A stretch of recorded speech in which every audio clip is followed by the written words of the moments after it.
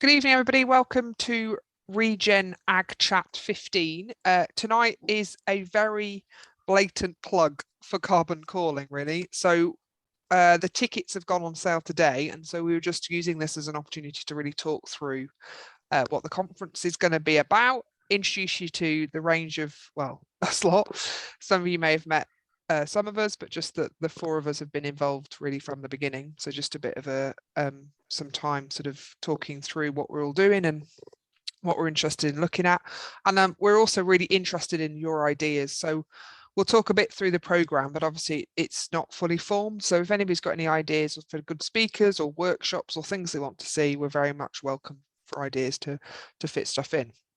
What I should have said, my name is Genever. I am joined this evening by Nick. Hi, Nick. How are you? I'm good. I'm not used to sitting next to Reno. Very close because of your microphone. We've also got Tim Nicholson, who is the host farmer for Carbon Calling. So we'll come to him from in a bit and just go through what he's been up to and how he's preparing and sort of how he shifted some of his thinking in the last few years. And then we've also we'll also have a chat with Reno to talk through what's your perfect Sunday or equivalent of in farming land. But Nick, what have you been up to? Oh, I could tell you a lot about his perfect Sunday. What have I been up to? So, well, we had a half-term visit to Manchester with the kids. That was interesting. Apart from halfway there on the train, we got a phone call to say someone's stuck on the lane. So that was ended up in You might have to just turn your video off. Good stuff. Just Nick has gone into Dalek mode. You might just have to turn your video off. But then last week I went to the NFU. Is that better? Yeah. Oh, can you hear me? Yeah. Reno, might need to tell Adam to go and just get off the internet upstairs. So we've got a woofer upstairs. And I think he's on the internet. So let me start again. So last week I went to the NFU conference in Birmingham, first time at the conference, and I can see some people on the call were there. They asked me to speak on resilience, and I did, and I did speak to someone afterwards, and I think they were probably. The NFU, I think, it probably needs to shift in the kind of regenerative direction ever so slightly in their thoughts. And I think they were probably quite brave asking me to speak. So I think they are shifting. But I did get referred to as a farmer's wife quite a lot. Annoying. And I've never seen so many over 50-year-old men in tweed. But I enjoyed it, and I met a load of good people, and yeah, I managed to talk about beavers on stage, which was quite quite an interesting response. But yeah, so all good. And then yeah, so I think we should just do a nod to the Ukraine situation. I know you, Liz, your dad had a workman, didn't he, when he was growing up, who was from Ukraine? Yeah, prisoner of war that stayed here to work on the farm after the war ended. Yeah, and it's just quite shocking. And I just wish there was something we could do. And the bit, I know this sounds ridiculous, but I was bedding some yards down this morning and just made you realise that in the world of in Ukraine, there's still farmers having to bed things down or hopefully bed things down, and just how normal life just can shift so quick. Yeah, and I was just thinking, like, if the dairy farms, what on earth are they doing with all their milk? It's just we don't know how lucky we are. Anyway, so are you well, Liz? We're going to see you this week. Yeah, I'm coming up to Cumbria tomorrow, so that's exciting. Yeah, I had an interesting experience of being called woeful. Sorry, the webinar I did was woeful, which was I was chairing a session on regenerative ag for sheep advisors, and it's interesting how much obviously we've shifted, or I've shifted in my thought, which I didn't think it was. We didn't say anything particularly controversial. We were talking about wormers and their impact on dung beetles, and the one particular farmer was interested in trying to reduce fly control treatments, and this was deemed misinformation by people on the call. So it's just quite interesting, and at no point did we ever say everybody needs to farm like this. It was a general discussion about changing practices and that people are looking slightly differently at how they're producing sheep. But it was quite interesting to be, well, frustrating, I suppose is the word, but also makes you realise that there's quite a, I've come quite a long way, but there's a lot of people that still need some other exposure to ideas. Yeah, and just going back to the NFU conference, the whole conference, throughout the conference, it was sponsored by, every session was sponsored by either a supermarket or a fertilizer company or, you know, big ag. And I think that, yeah, we need to kind of wise up to that as farmers, because they sponsored every meal, and wouldn't it have been good to have like food from the farmers who were there, and then the supermarkets to pay those farmers the right price for the food. Anyway, that's another subject. But yeah, so carbon calling, Liz. Yes. Getting rather close. It's fine. It's fine. So the dates for it are Friday the 24th, which is sort of a gathering, and there'll be some activity on the Friday night, and there are sort of wild camping spaces available. The main conference is on Saturday the 25th. And that runs most of the day. And Nick's you've been talking to quite a few of the speakers, haven't you? So who have you got booked in so far? So we have got, Sheila Dillon, she does the BBC food programme. I don't know how many people listen to that. She's got this amazing voice. I think she lives in Lancashire, and I just emailed her and she was just up for it. And she does the Food and Farming Award, BBC Food and Farming Awards, and she kind of gets all this, so I think she'll be really good. So she'll open and close it. We've got Greg Judy, who is also speaking at Groundswell, who we spoke about him on the last call, but he is from, Liz, I've forgotten where he's from, which state. I want to say Missouri. Yeah, Missouri. A big rancher out there, all grass-based, written a lot of books. So he's just, I think he'll just be really good. He's very relatable to farmers. I think he'll be amazing speaker. So he's coming, and then we've got a farmer panel of people like, it's a bit of a northern loving, the likes of Alex Brewster, Charlie Walker, Analysis, and then Andy Rumming from Oxford Way, or Swindon, Wiltshire, even. I've probably forgotten some people there. And maybe Bruce. Yes, so Bruce Thompson is a dairy farmer from Ireland, and we've done some stuff with him around dung beetles, and he's doing a Nuffield, and he is a really good presenter. And kind of brings it all alive, and he's kind of into the environment, but also productive dairy farmer.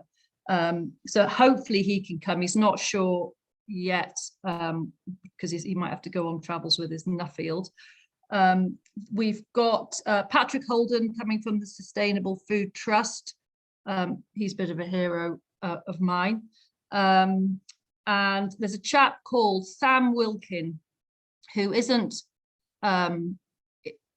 well, I wouldn't say he's in our circle, but if you're a cheese maker, you'll have heard of him. He has a podcast, and he is really into cheese and telling the cheese story. Works alongside Neil's Yard Dairy, and he's working with some farmers in Somerset, I think, and they make cheese. And they, on one dairy farm, they're going regenerative, on the other they're just doing normal stuff, and he's doing a podcast that follows them through their journey. And who else, Liz? Jane Lane and Sarah Dunning. Oh, yes. So these T-Bay. two, yeah. So T-based services, Westmoreland Services, Sarah Dunning and Jane Lane. They're two sisters. Lots of people on the call will have heard of them. I think they're on a TV show at the minute as well. But they've just run an amazing business, and they've got a farm, and they're trying to go very much down the regenerative road on the farm, and they get the grass-fed thing big into the environment. And if any of you have ever been to T-based services or the Gloucester services, it's just, well, it's like going shopping for the day. You could spend hours in there.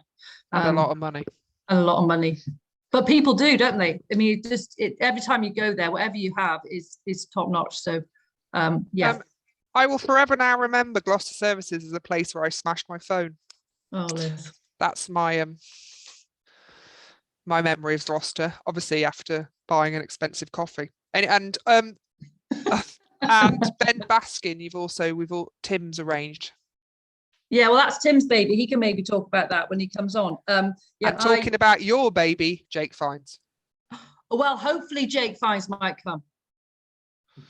I know. Well, he messaged me because he enjoyed my beaver bomb at the conference. So he isn't definitely coming, but I'm hoping he might. I'm a bit jealous, Liz. You'll be fine. But he's just, if any of you have heard him ever speak on a podcast, he doesn't kind of mince his words, and he's very articulate, and he's just, yeah.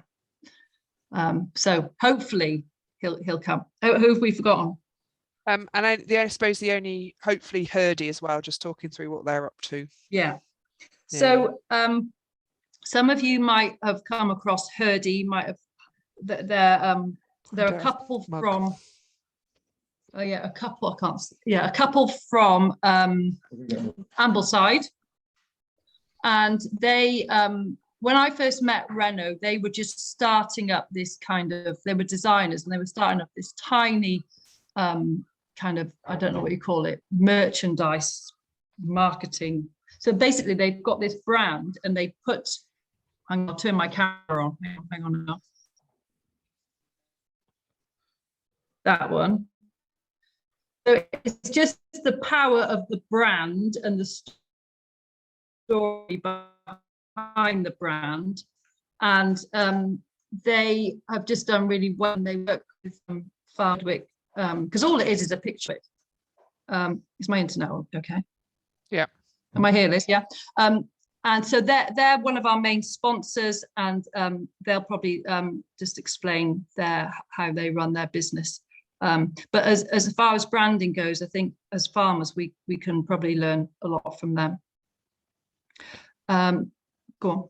No, and they've got, they do a huge amount of due diligence, don't they, on suppliers into them. Do you mean they have a range of merchandise, and they do ensure that who they get it from is sustainable production systems. Yeah, and I think also that leads us probably onto the conference. We can then talk about wool and the fact that we need to somehow get our heads around using it better. Because I think they do some bed mattresses. Hurdy Sleep, yes. So it's a mattress topper made of Herdwick wool. Yeah, yeah. Because it just is ludicrous, isn't it? I've got a wool pillow. Love it. Stuff with wool. I don't know if it's Hurdy or not. It might be a bit scratchy if it's Hurdy. But... And the brand, it's got lots. Anyway, yeah. Okay, so wool pillows all around. Yeah. Not feathers. Hate them. This is insightful chat already from Tim. In terms of, and just the other thing to say is, so yeah, the main conference will be the Saturday, and then I always call him Judge Judy. Greg Judy is then doing a more intense workshop on the Sunday. So again, all the various options are on the website. Also, and it's obviously wider than this, but the people on this call. But if you got a ticket from the one that was meant to be in 2019, and I asked you whether you wanted a refund and you said no, I'll roll it round. So obviously those tickets are being honoured. So I'll be in contact and get details for the next tickets for this one. So as far as, Liz, as far as the website goes, how do people find us? So there is carboncalling.farm, which is currently a page that sits on, actually it's on my website, but the link I've just put into the chat in here, and I'll make sure it's on Twitter. So that the actual ticket link is on a separate website. So they just need that, but I'll make sure it's up to date. Okay, perfect. Okay, so yeah, that's sort of, we just thought it was useful just to explain where we were. And as I said, any ideas or thoughts of speakers or things you want to see, please let us know either in the chat or just send us an email or tweet or whatever later on. The thing that I've forgotten is, and I've forgotten his name now, Tim, Ian Bell? No? Yeah.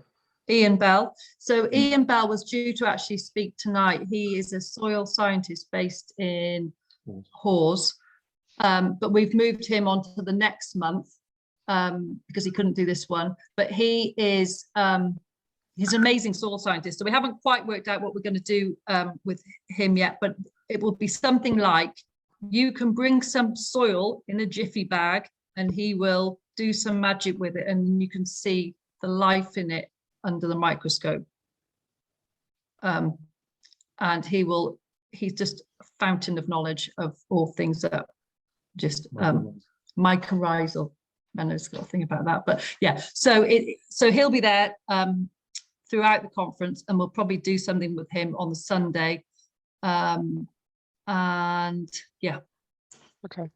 So yeah, lots going on. We just need to, the program is coming together and also sponsors and everything. So yeah, we're moving. Is it doing one of these chats?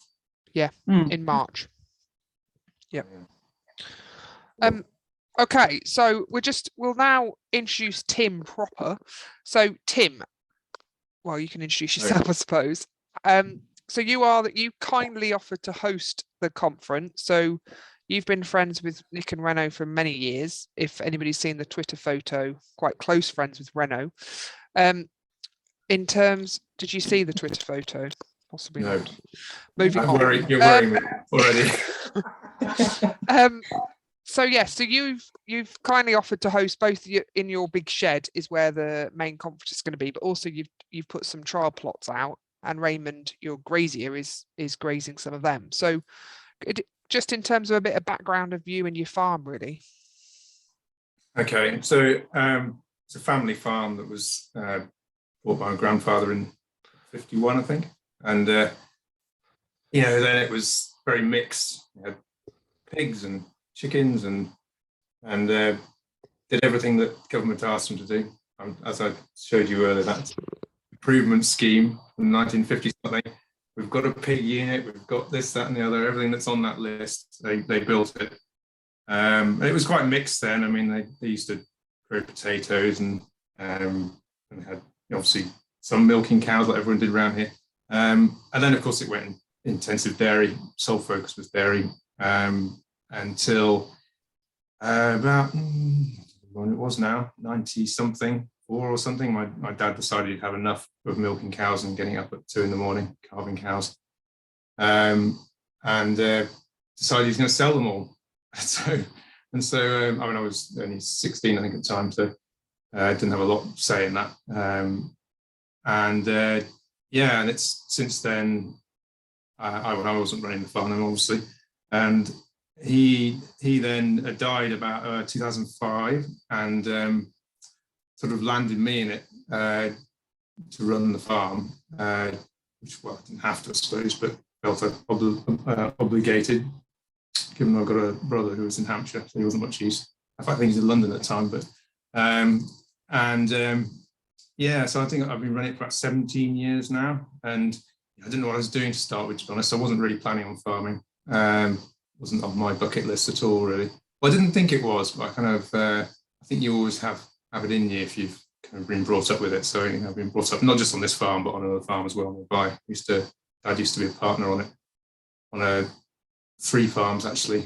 I think that was what drove him out of it, really. He was a partner in 3 farms. There was a dairy, a sheep farm, and a beef and sheep and arable unit, which we lived on. And before the days of mobile phones and quick communication, he spent most of his time driving between all those farms, sorting out problems. CB radios helped a bit, but it wasn't easy. I just met my childhood memories. It's just flying around up down A66 to these different farms and seeing problems and trying to solve them, which is farming, isn't it, really? Problem solving. And then when my grandfather decided he was going to retire at about 70 something, he ended up doing all that and running this farm, which was a dairy farm, and we were milking about 130 cows at the time. For the time, that was as big as any around here, to be honest. And it was pretty full on, I guess, and that kind of sickened him of it, I think, as you can imagine, probably running 2 dairy farms at once, and all the men and running around doing that kind of stuff was just a bit much. And he decided he was just going to get out, while the going was good, and there was some quota that was still worth something. So so I picked up the legacy of that. After that, he did sort of, I don't know, we had a sales centre for Norton and Brooks Bank, livestock auctioneers, dairy auctioneers. For 15 years, we ran that. So we converted the big barn you're going to have a conference into a bespoke sale barn for dairy cattle, and all the sheds, the whole farm yard, basically, because we didn't have any cows anymore. But we kept the milking parlour going so they could be brought here and milked before sale. So it was like a whole farm or part farm dispersal. So sometimes we'd have up to about 400 head of cattle here. All had to be, housed and milked and looked after, washed and clipped, and all that kind of stuff before the show, before the sales. And we did that, so we did it for 15 years. It was it was great. It was amazingly popular. We had the height of it, we had 80 cows flown in from Canada. They were Flushing cows. I think it cost £1,000 a cow to fly them here, which is completely bonkers when you think about it. But they were Flushing cows, so they're worth a lot of money. BSE didn't really help. That sort of put a bit of a dampener on the show. And then later, of course, Foot and Mouth in 2001 really scuppered it, because we had timber in the buildings, and government really didn't want sales going on outside of concrete and steel auctions, and where they could control it better, I suppose.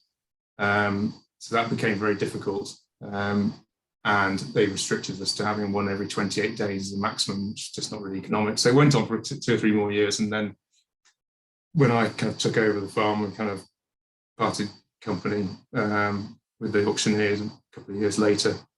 And I decided to sort of try and do my own thing, which I was going to say plough my own furrow. We kind of did in a way, because we did more arable on the farm. It's about 300 acres in total. And sorry, Tim, I should have asked, what land type is good, isn't it? So do you mean you've it's mostly sandy loams, a bit of sandy clay loam. So we've actually got one of the rare grade 2 soils that you find in Eden Valley. There's not many of it, not much of it around, so we've got some of that.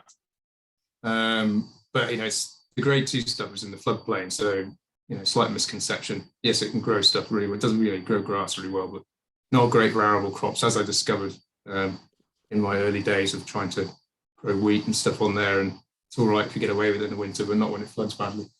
So many farmers are familiar with that problem. But, it's all been, because of arable aid through the, whatever it was, 2000s or whatever, 90s and 2000s, we did a lot more arable than we probably should have done. All conventional, plough, everything we could, harrow, rotivate, all that kind of stuff. And full arsenal of chemical warfare on all the crops. And we did. I think we grew. Maximum 300 acres. We'd have grown about 120 acres of cereals. And I do recall. I think it was about the 3rd year I ran the farm here. I grew about that amount, and it was a bit hectic. Couldn't quite get it all in the shed in the right order, which was a bit challenging. And but and I kind of we carried on with that, and we let the grazing on the rest of the farm, because we didn't have our own livestock. And then I kind of got a bit, I suppose I just carried on doing that because that's what we did, and it kind of made money. And I got another job, which didn't help. So I work for Natural England as well. I still work for Natural England, sort of trying to get down to 3 days a week. We're just negotiating that at the minute. I did, what did I know about farming really? And I kind of, I suppose we've gradually reduced to, I think because of all the silly, greening restrictions was the main driver. I decided to reduce the amount of arable we're doing because it seemed like a real pain doing all those extra things on top of other entry-level schemes and options and things like that. So I kind of reduced down to 70, 80 acres, and then it kept dropping. And then gradually I kind of got the regen bug idea of trying to improve soils and put things right in my time on the farm. And I've gone down to doing no cereals at the minute, which is kind of bizarre. I've kind of gone, but this is, that's the way. It's a change, isn't it? And I've just had a complete rethink of what we're going to do here and what I want to do with the farm in my time as a steward of the land, I suppose.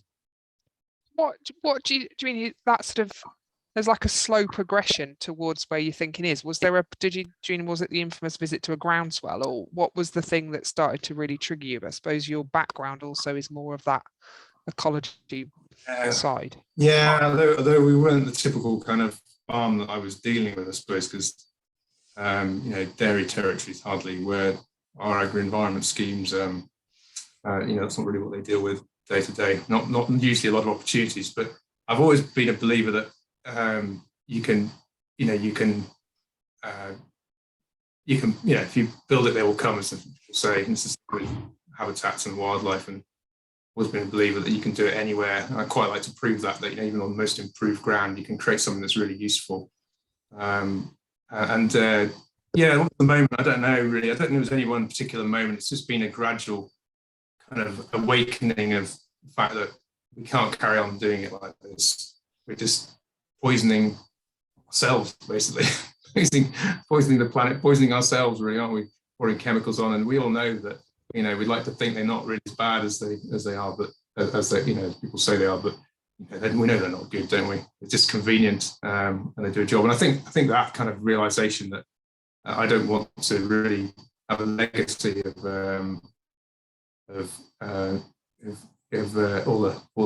all the bad things that are attributed to conventional farming. And of course, I read Gabe Brown's book. That helped, kind of give you a bit of inspiration. Soil, brilliant. Brilliant book. I've read some other books, as people do. Listened to a few podcasts. Listened to Reno, boring me, but no, not at all. Got quite excited about what Reno was doing, and Nick, of course, farmer's wife. I think Reno's kind of he's egged me on at numerous opportunities to do more and do more crazy things. And to be honest, I'm an easy target. Fair. I was an easy target for the conference anyway. I mean, basically, I do remember us sitting in their kitchen and going, "Oh, Tim." Yeah, kind of a roundabout way that Nick conned me into doing it. I saw her coming. I know Nick well enough to know that she was probably angling at would I help out with this conference. Maybe she wasn't. I don't know, but I kind of offered. To do it because mainly because I know that we can host stuff here because we've done the cattle sales. There'd be, I don't know, sometimes over a couple of days there might have been 300 or 400, maybe 500 people here even. So you kind of when you've seen it, know it can happen, know it can work. Then I thought, well, it's not a big leap. Mind you, we were talking about a bit of a smaller event than we are potentially talking about now. So it seems to have increased in attendance in 2 years since we started thinking about it. Yeah, so we're going to double park everybody. and you probably had a functional bridge as well. But we were anyway. Yeah, and you're all going to sit on each other's knees. It'll be fine. But I'm just, I suppose, Nick can come in terms of any time with any questions, but I'm just interested with your Natural England job, you must see such a range of views of farmers that are everywhere on this continuum of change, I suppose. Yeah, even in a day. Mentioning no names, but today I've seen some quite extreme, very extreme actually. I've done a couple of visits today. I do, and I still do. And do you know, the problem is it now surprises me more and more. You kind of get a bit, you get taken aback by actually, God, do people really still think like that? Because we've all, in our little bubble, we've all kind of moved on. We think we have anyway. We've started to move on. Mindset's changed, and I still you come across it. A lot of it's resistance, but I've been doing the agri-environment work for 20 years, just over 20 years now. And yeah, from small beginnings, there's been some people who've they've done very little to start with, and they've been difficult to get to do anything. I guess we weren't asking for so much 20 years ago, but and then gradually over time, if you put the time in, keep going back, keep having the conversations, and of course things change in the background. The policies change. There's been white papers and all this kind of stuff on how we should deliver a review and all these kind of things you read about in farming press and that influence government, influence DEFRA, and gradually see people that have same people sometimes, not all of them, of course, some of them are still stuck in the mud, but their mindset has changed, and they've kind of come along and offered far more than I ever thought I could get out of them. And sometimes nowadays, you almost get bowled over by the opportunities that get presented. Whereas once on, we used to have to fight really hard, not fight literally, but you have to really, really work hard on people to make even small changes to their farming practices. And now we're finding people they've obviously got the regen bug, and or maybe it's financial sometimes, a bit of both, I guess, and the impending doom of loss of subsidies, and they just, it's all out on the table. They're like, well, just what should we do? Let's do it all. And prepared to change my whole farming system. And what do you think? And have you got any help? What do you think we're on the right track? I got asked that today, 2 or 3 times. Is there anything else we should be doing? Which is like pushing on an open door compared to what it's been, what it was, even a few years ago. It's really changed. But of course, you still come across people who are far more standoffish, and they've never had a scheme before. They don't really understand what we're after, and they come at it with, the discussion goes, you get a lot of comments of things that you probably heard 20 years ago, and you kind of think, oh, does it, people really? And I just have to say, I can't really deal with that anymore. We haven't got time to deal with people who aren't prepared to go that little bit extra further, that little bit further and do the right thing, whatever you want to call it. Engage with us basically. If they're not prepared to engage and come willingly, then there's enough people out there who are now that we don't really need to be knocking on doors and twisting people's arms and that kind of stuff. So, but it's getting a bit interesting at the minute, because I think the impending doom, as I said, of subsidy loss, which isn't of course impending doom, but that it's sinking in now. We're seeing a bit of a rush of applications. People saying, what can we do? What can we get out of this scheme? And that's inevitable. I think this year is going to be busy and busier than ever. And I think next year is probably going to escalate. I think we're going to have a massive. But do you think people are aware that it's not going to be they're accepting that it's not? They were getting 30 grand in subsidy. They might not get 30 grand from environment payments, or is the expectation that it'll replace subsidy? I think from those that are better read around the subject, they realise that it isn't going to replace subsidy, and that they'll tell you that they realise that, and they realise therefore they need to make other business changes. And then there are some that haven't quite twigged yet. They definitely haven't twigged that they think there's somebody's coming to save them with a £3 billion agri-environment scheme that's going to fund everybody very well the next 10 years, whatever it is. And I keep saying, well, from what we understand, we'd be lucky if you got £1 billion to spend. And even if we did, I don't think we've got the scheme that we can spend it through very easily at the minute. So yeah, there's going to be a big gap for most people, I think. Especially around here, and there's a lot of, I'm sure it's the same across the rest of the country, but there's some very big upland farms that get they get payments off commons, and grazers on commons, rights on commons. They've got big allotments. They get quite a lot of money on now. All their payments a few years ago, and they've never had it so good. And if they've had a high level stewardship scheme running alongside all that, then they really have had it really, really good. They've had an entry level and a high level. Some of them still got that, and they're still getting, well, it's changing a little bit now, but until last year, they were still getting massive amounts of subsidy payment, which yeah, they're going to be hit hard. I think some of those guys.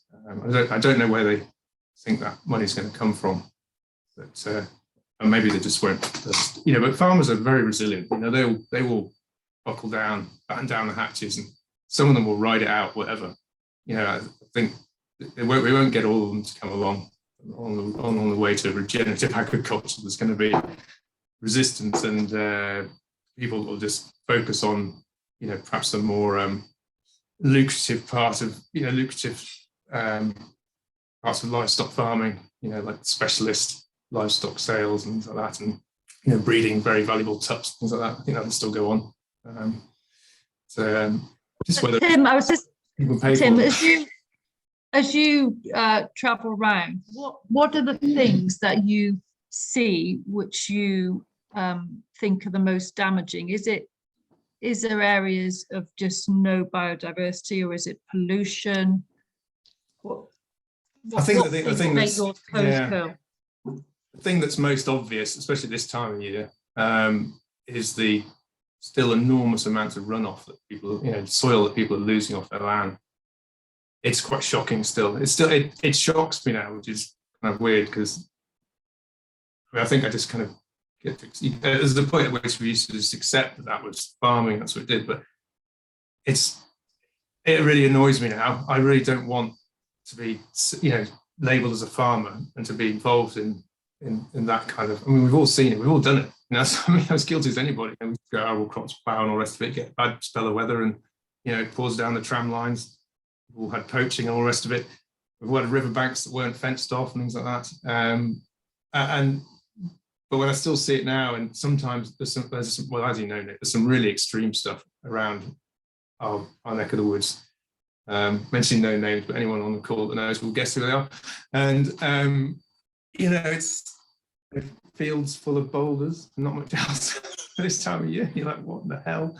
Not turnips, but boulders. The turnips have gone, and just pouring out. I mean, of course, it's been a very dry winter until it's dry spring drive now ever until a couple of weeks ago, and then suddenly we've had the inevitable deluge and one storm after the other, and sure enough, there's soil pouring out the gateways, down the drains, blocking drains.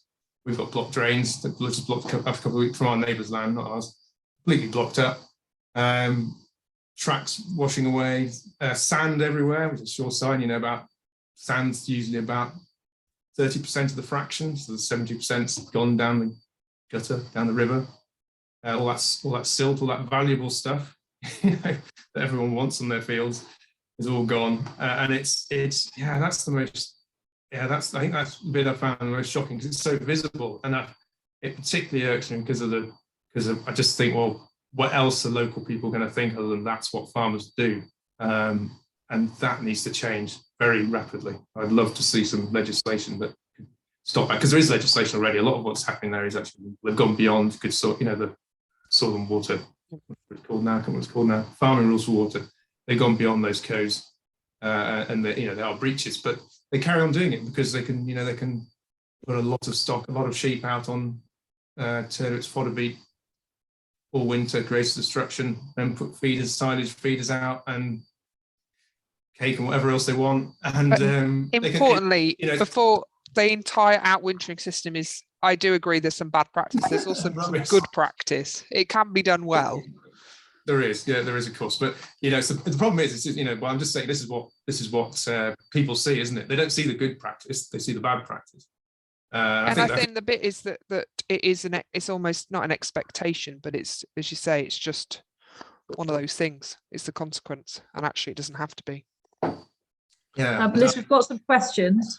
Yeah, there's one from Jan, which is, so Tim, you were saying in terms of the amount of money in that could be available for schemes, is there going to be a major shortage of suitable advisors to meet the potential demand for the correct advice? Well, I've cut my hours, so maybe.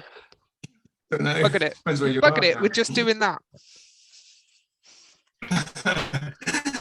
I really don't know. I mean, the reality is with the advisor situation is that I'm 47 and I'm the youngest of a cohort. That's the last real intake into natural England or RDS or whatever it was. I was RDS, Rural Development Service, for those who can't remember. There's a 20 plus year gap between me and the next youngster, and we've consistently taken people on fixed term appointments, and they've expired, and we've trained people up and they've gone, and we all get a bit fed up with that after a while. So yeah, I'm one of the youngest of the older generation in our Cumbria team, and we're a very not a young team particularly. We're a very we've persisted because we like it what we're doing. I think most people here like where they work, and unless you move to Scotland, kind of you've hit the top of the ladder really with Cumbria, because it's a great place to work in terms of agri-environment. There's great opportunities here, and landscape and all the rest of it. I forgot what your question was now, but anyway. In terms of, so there is a gap in skills basically. Oh, yeah, gap in skills. Yeah, I think I think there is a big gap. It's not, and it's not. You can't fill that easily. We've been having a discussion at work, but we've been saying it for the last 15 years. You can't just magic up experience in agri-environment advisors overnight. And I don't know what they're going to do about that. And it's not my job.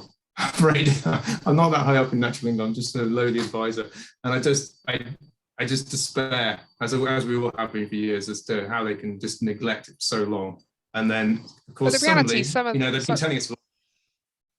Sorry, keep interrupting. As I say, we're not actually, we might not even have a role in these new schemes. So there's not been any reason to employ anybody. So reassuring, but we are. I think now they've realised that actually the scheme, the middle sort of tier of it, the local nature recovery is going to be kind of almost a roll-on of countryside stewardship. Surprise, because it kind of works, and it can work. They're going to take the best bits of it, they say, ditch all the bad bits. So. I think, and also there's an opportunity for farmers. A lot of farmers are highly engaged in the schemes, aren't they, in terms of actually being available for advice? Is that the way forward? A lot of the farmers are engaged in. As in terms of farmers who have engaged in schemes, could they be people that are trained up to help? Help other farmers. Oh yeah. There's a role for Reno though. Get it. Finally, we found one. I think you found. Yeah, it could be your calling, Reno.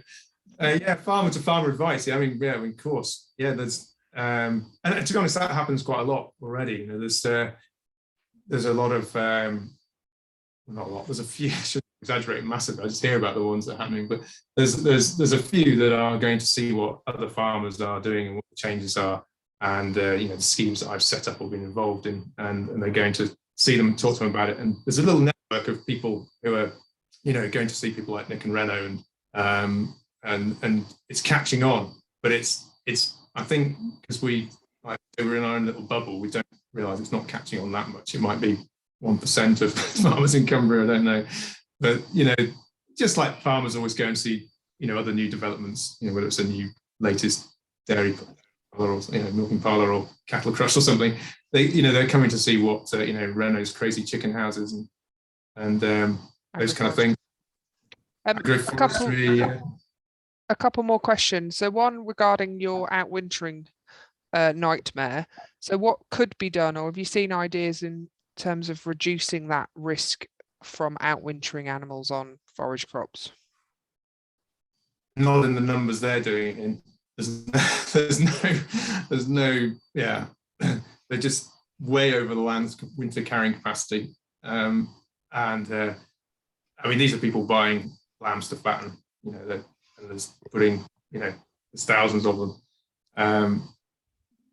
There's no real solution to that. We've got high rainfall, sandy soils, steep slopes. There's no, and root crops. I mean, it couldn't be any worse. And it's. I don't even. There's no way you can start on that really, other than. I mean, of course, some of them are doing, until they start putting feeders out as well. They're doing good practice, and they're quite traditional around here to have whatever it'd be, a combine or maybe two combine widths of spring barley around the outside of the fodder beet or turnips or whatever it was. That's been very traditional practice, and that works. That's low numbers, or if you're harvesting it in good conditions. And we've done that here before. We've in the past. We used to have our own fodder beet harvester even. Yeah, that can work, but it's when you then just carry on, you know, with the same numbers of stock once all the fodder beet rotten, and put feeders on and steep slopes, and it keeps raining, and your margin's completely, you can't even tell what the margin is by that point. It's just black or brown or washed away. No stubble to be seen. You know, there's no way around that, I think, other than just not doing it. You know, so I think the challenge. Go on. No, the challenge is that it's as you say, it's about that crop isn't necessarily, it's the management of that crop, isn't it? So it's the planning. Do you mean it's how many days feed, all of those things that can be done, which is potentially easier if it's your land, your sheep. It's when you're paying for that access to that land and you're trying to get every possible kilo of dry matter off it. Yeah, so I mean, the webinar. This is mostly rented ground, so yeah. So the guy. So I see where you're going. It was his land and his sheep, but he was growing cover crops specifically with Phacelia in buckwheat, linseed, not stocking, not pushing the lambs or sheep to eat everything. And so actually there was quite a lot of green material left. Yeah. But that is a situation that you don't find in those rented situations. No. So there are some very good examples actually locally. I mean, some of it's been a little bit lucky this winter. There's a cover crop virgin, Mr. Beery, who we all know, who's done, I think he's done 90 acres, Jim Beery up at Gaethel Horns, just a new share farmer there. Yeah, Jim's done a very good job this year, but I did keep saying to him, because I keep having a look at it, he maybe did get lucky. He had them, you know, but they were on for a short period. It was a diverse cover crop as an entry into herbal lay. Yeah, diverse with some, you know, tillage radish and Celia, and I'm not sure what else there was, kales and all sorts in it. It looks like a big wild bird mix basically. And you know, he had the sheep, and there was cattle on one block and sheep on the other. I didn't see the end result of the cattle one. I'll have to look at some point, but the sheep one, I mean, they very open view. Everyone can see it from the road, and yeah, he got through it and got off it before that rain came, and no real harm done as far as I can see. So yeah, but it's completely different. That Tim's got a completely different mindset. He wouldn't have been caught with feeders in the field and carrying on, because it would look like a quagmire by now if you had. So yeah, I think, you know, it can be done well, but that's not what these guys are doing. You know, they're renting land, paying high rents and hammering it. And that's embarrassing, frankly, for farming. I think that goes on really, but anyway, yeah. And just before we move on to Reno, you will have to do a blatant plug for your cactus tree guards. Oh yeah, Tim, it needs to be quick though. Don't rabbit on, okay? Yeah, well, I've talked too much about soil erosion, which wasn't. I know. Quick sale. There you go. It's a terrible Spanish leaflet. But yeah. Please don't say you're about to do some sort of Spanish accent. Tim, that was utterly. No. Manuel joins us this evening. Tim has Tim imports cactus tree guards from Spain, and we've got a few here. They are amazing. He's very lucky he's got the deal. But if anyone would like cactus tree guards or know anything about them, contact Tim. Tim, have you got anything else to add? Yeah, no, a little. Of course I have. I might as well take the opportunity for a plug. I'm a UK distributor for them, so yeah. You know who to come to. We've got a website, cactustreeguards.co.uk, and they're these. I don't know if they're these. They've got these. This is the main concept. They're these spiky prongs all around them, and yeah, the thing is that they're designed to be rolled out en masse. They've got about nearly 4 million of, I think, used in Spain and Portugal, replanting the Dehesa. Probably pronouncing it wrong, but Dehesa and Montanado, it's probably sure it's not pronounced like that, in Portugal. So it's the Corcos oak forest, and they've done about 4 million of them there now. So it's well tried and tested, and it's been developed. The factories between those two areas, and there's been a big government and EU drive to replant it because, and this is actually relevant because the reason being that you know, they're apparently we're about 20 years behind them in terms of impact of extreme climate. Not me quite Cumbria, it would the weather they get now, the extremes of rainfall and dry spells is predicted to reach about Liverpool in 20 years' time, which is a bit of a gulp.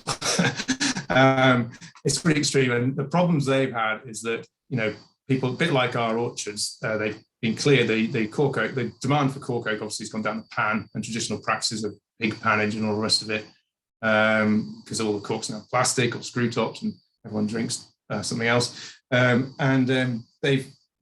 been cleared for make way for more livestock, and now they've got problems of baked hard soils blowing off in the wind, and lack of water retention, terrible water cycle, chronic water cycle problems. And what it's not really amusing, but what they're saying to us is they can't quite believe that we aren't catching on to this here. Like, it takes 30 years to have a tree that's of any use, really, in terms of reversing these problems. And they're annoyingly themselves, they're well behind the curve, because they were getting certification. And what are we doing here? We're not doing much, but apart from me, of course, I'm selling cactus cards. But we'll have a tree. We do need really. And there is a question, which is one of my favourite questions ever. Do they work with big itchy cows? Big itchy cows. As long as you're not going to show us your leggings, Liz. To me. Anyway. Do they withstand animals? They withstand anything, because I just think of them as like a bit like an electric fence. So an animal touches an electric fence, they don't really go back for more. They learn. You don't even need to have electric fences on once they know they're there. I've left mine. I was off here for 3 or 4 days accidentally, and they haven't even touched them. So the cactus guard is just the same. They touch them, and they don't want to go near them again. And they'll only touch them again if they're pushed, in a stampede or whatever. So that's why they work. They're just too spiky, and they're wary of them. They'd rather go somewhere else and browse something else rather than try and get into that puny little tree you've got in a spiky cage. So they just work. They're designed for that. Okay. Sorry about the thing. You mentioned it was more relation to, are you standing by your product? So if the person does get some and they don't stand up to the cows, what will you do? Well, think of that. You're going to get your money. I know what he'll do. He'll phone them up and then not stop talking, and then they'll just put them out. I think that's Nick's very passive-aggressive way of suggesting that we need to move on. Well, I'll just say, well, what we do. I've had I one. can always mute him. Shall I mute him? Mute me. Right, Tim. Thank you. Phil says they work. Phil says he's got some, and they are awesome. They are. We're just is that Bill Grayson? Right, but Bill Grayson, top man. Thanks, Bill. Phil White, but anyway, it's fine. Oh, Phil. I thought it was Bill Grayson White. He sometimes comes on the call. Right, Reno. Thank you, turn. Thank you, Tim. Hi, Les. Be nice to me. I feel like cannon fodder here. Hi. Oh, it's all fine. So so Tim's sort of given you quite a few intros in terms of what you're up to. So I was just sort of getting people to think, or getting people to understand what you're up to at the minute and what your plans are for this year. So you planted lots of trees. Yeah, well, this year we are going into permaculture. We're expanding the eggmobile business and just keeping on tweaking our rotational grazing with the suckler cows. And does that, so you're putting more chickens on your farm or building chicken tractors for other people? More on ours. So I built our original one, which holds about 250, and that was based on a Richard Perkins design. And then Newton Rig closed, and we went on their online sale, bought their hospitality trailer, and turned that into an eggmobile.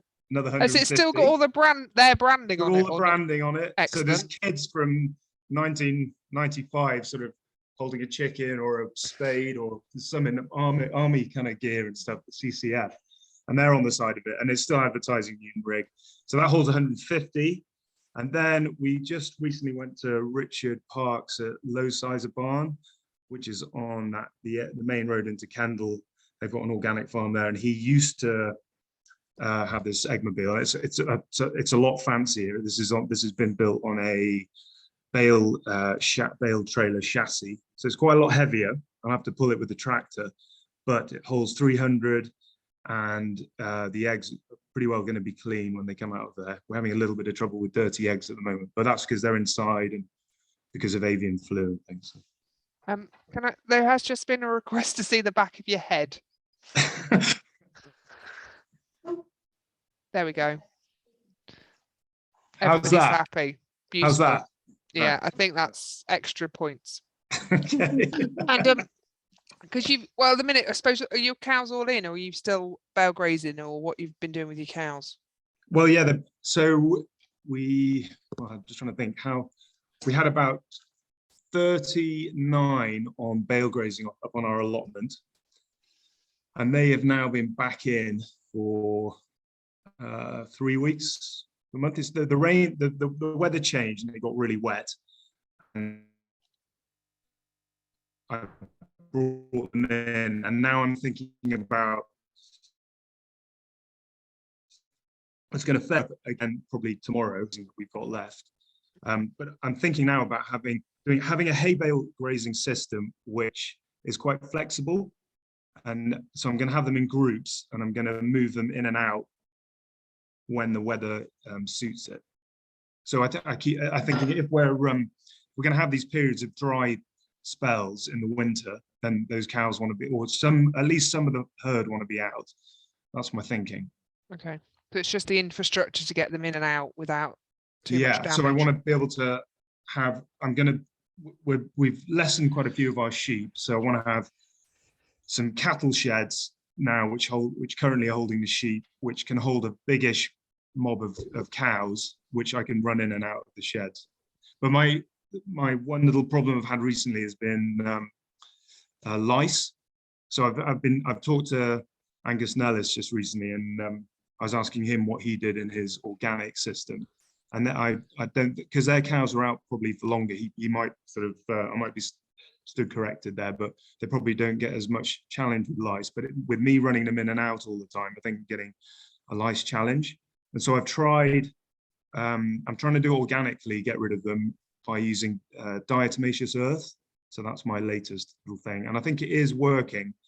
They're still itching a little bit, but it's an organic method, and I'm just trying it. Like everything on this farm, we're just trying stuff.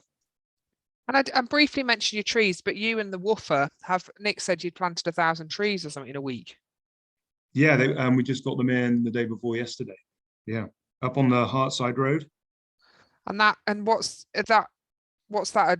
A browsing or hedge, or what's the plan for No, those? that was just a fenced off area. The main road to Alston was undermined, and so they rebuilt it 2 or 3 years ago now, and pushed up a load of earth underneath it and steadied it up. And then the fence, I said you may as well leave the fence in with a view to doing something with it. Hadn't quite decided. And then within our new countryside stewardship agreement, we just thought, well, that can just go into a wood. And so we just thought, well, we've got 1,400 trees in there.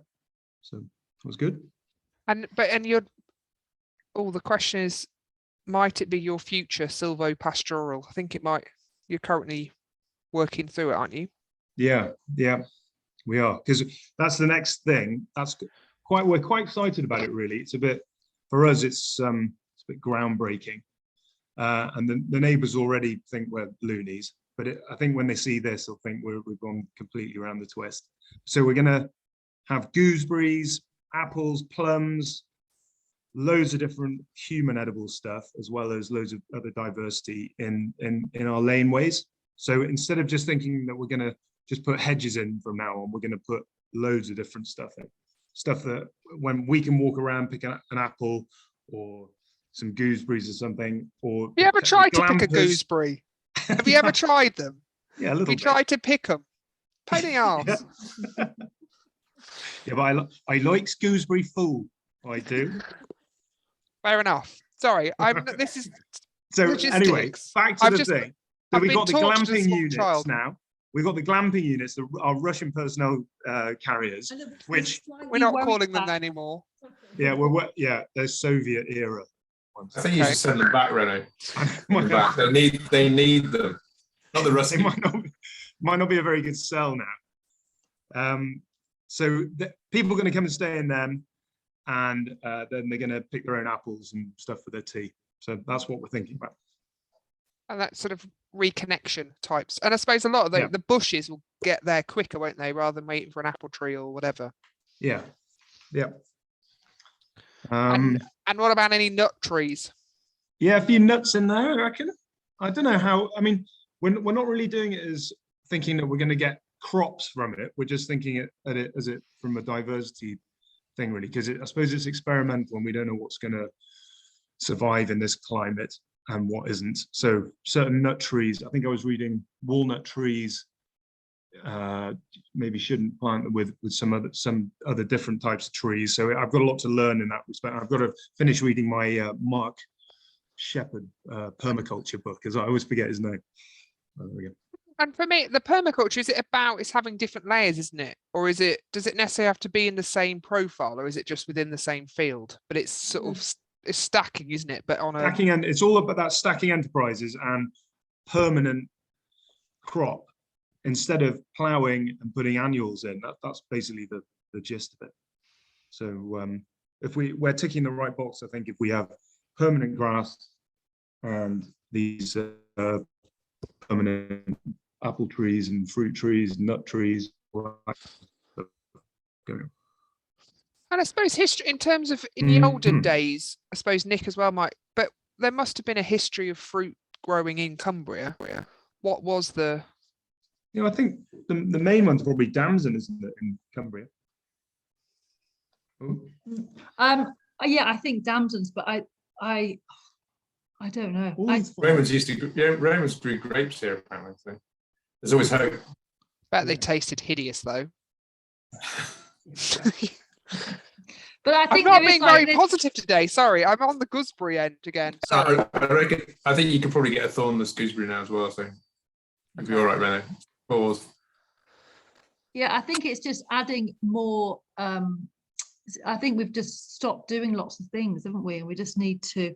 And the fruit trees are a bit more expensive, but it's just worth a try.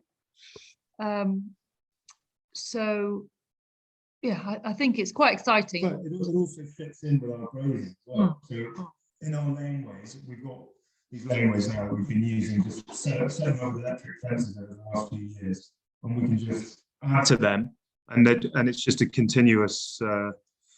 We just carry on doing exactly what we're doing with our grazing, but we've got another crop growing in between. So Renison, there's a question here about wood chip. So why don't you just talk about the wood chip? Your idea about wood chipping the hedges? Yes, well, this is a wood chip corral, isn't it? But I thought about wood chips corral because, sorry, a wood chip corral. We've got a quarry which would lend itself perfectly for that. But then I'm thinking you're going to get a certain amount of leaching from that, and yeah, you've got all your muck in one place. I don't know. So my thinking now is I've already have done this year is get some wood chip in, and I put it into my bedding down areas as the first layer, and so that then is getting when I get round to mucking them out, they're going to get heaped up, and that the wood chip's going to get spread around evenly in all my muck heaps, which I then compost. So I'm then getting my fungal element into my compost, and it's not just a bacterial element. That's my theory.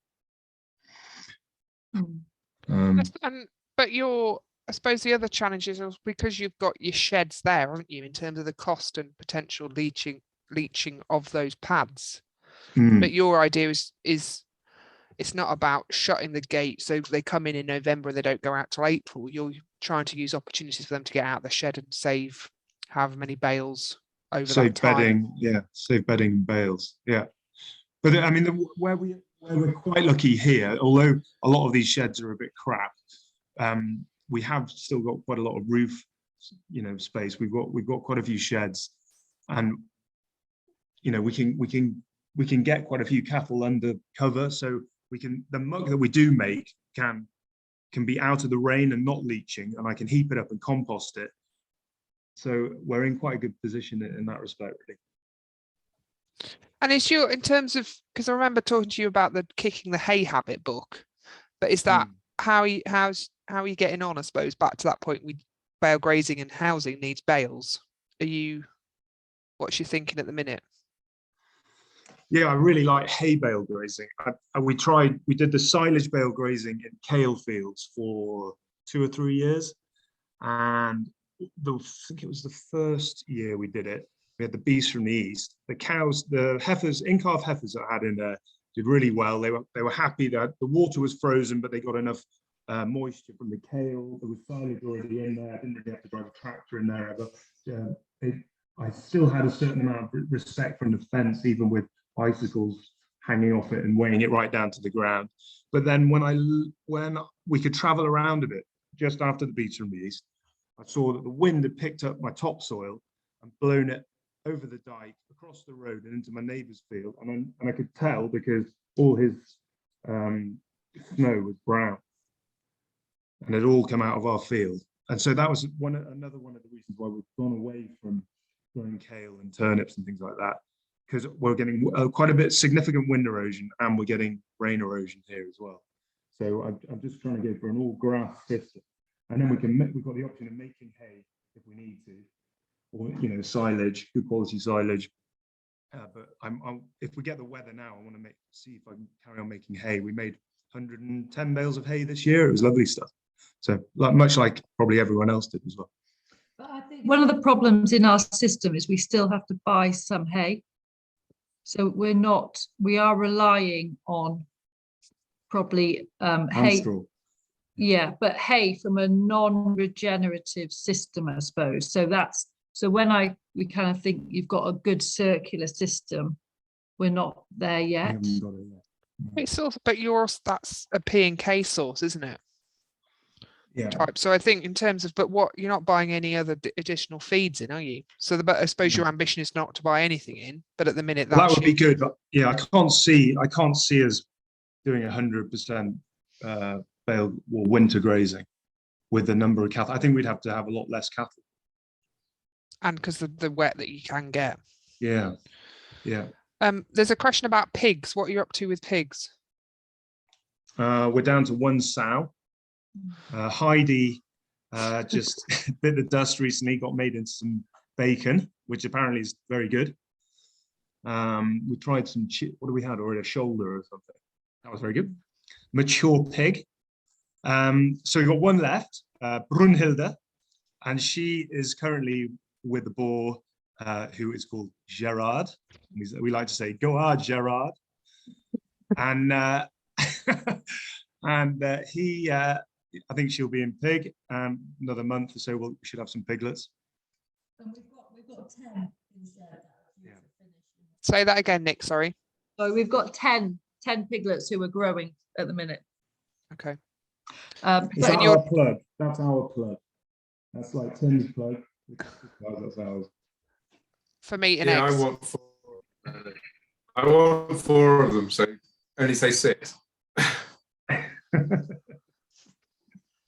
And then there was another statement really about your wood chip corrals, about just needing a good effluent.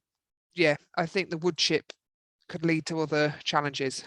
But yeah, I don't want to lose. I don't want to lose that nutrient, because at the moment we get it. It's all in the sheds, and I can heap it up and compost it, and I'm saving pretty well all of that effluent, because it just gets mixed back into the muck, and then it goes out in the autumn and fertilizes for the next year.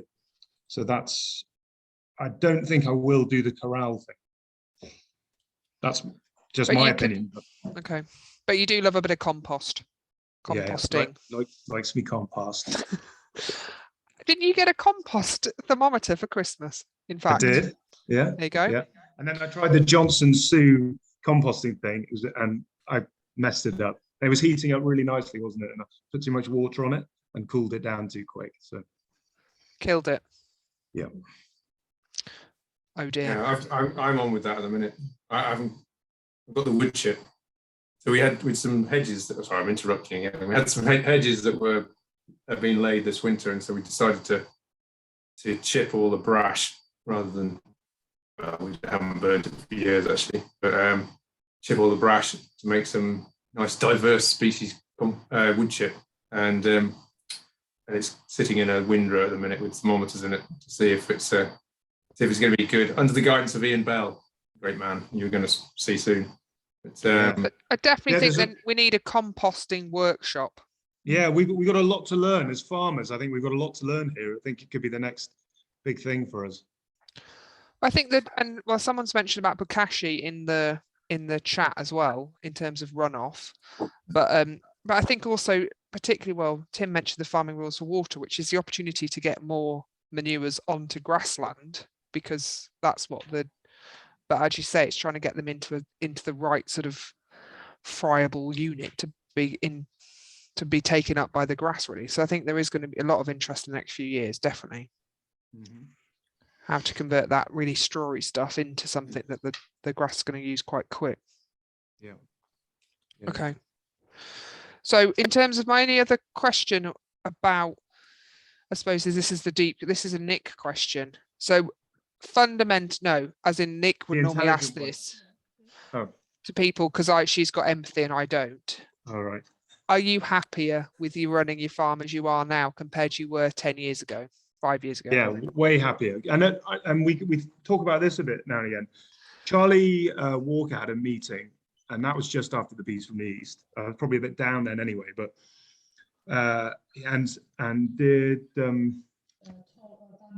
someone asked us, are you happy farming the way you're farming at the moment? And if you are, stick your hands up. And only a few people put their hands up, and I definitely didn't put my hand up because I wasn't happy, and I knew I wasn't. And now I'm a lot happier. So there we go. And what is your favorite day? What would your favorite day look like if you could choose your best jobs? Keep it clean. He would get up at 8 o'clock, not before. That's Okay. an average day, an average time.